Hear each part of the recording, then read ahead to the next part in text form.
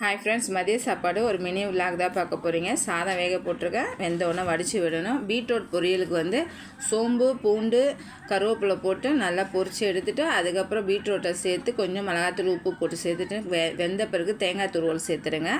முள்ளங்கி ஒரு 10 பீன்ஸ் இருந்தது, கேரட்டு சேர்த்து சாம்பாருக்கு வெங்காயம்லாம் வதக்கி விட்டுருந்தேன். காயை வந்து முள்ளங்கியை நல்லா வதக்கணும், அப்போ தான் சளி பிடிக்காது. பருப்பு வேக வச்சுருந்தேன், பூண்டு, தக்காளி, மஞ்சத்தூள், பெருங்காயம் போட்டு அதை சேர்த்துட்டு மிளகாத்தூளையும் போட்டு சேர்த்துட்டு நல்லா கொதிச்சு வந்தோன்னே கொத்தமல்லி, கருவேப்பிலை போட்டு இறக்குனிங்கன்னா சூப்பராக இருக்கும். மேலே பசலைக்கீரையும் சிவப்பு பொன்னாங்கண்ணி கீரையும் இருந்தது, கொஞ்சம் கொஞ்சம் எடுத்துகிட்டு வந்து பொரியலுக்கு வெங்காயம் வதக்கி வச்சுருந்தேன். கீரை வெந்தோடனே எங்கள் வீட்டில் கொஞ்சம் தேங்காய் துருவல் போட்டால் தான் பசங்க சாப்பிடுவாங்க, அதனால் காய்க்குமே கீரைக்குமே சேர்த்துருவேன். உருளைக்கிழங்குக்கு மசாலா தடவி வச்சுருந்தேன், அதையும் ரோஸ்ட் பண்ணி எடுத்தாச்சு. கொஞ்சம் பருப்பு ரசம் வச்சுருந்தேன். இந்த வீடியோ பிடிச்சிருந்தா லைக் பண்ணி, ஷேர் பண்ணி, கமெண்ட் பண்ணுங்கள். கண்டிப்பாக சப்போர்ட் பண்ணுங்கள்.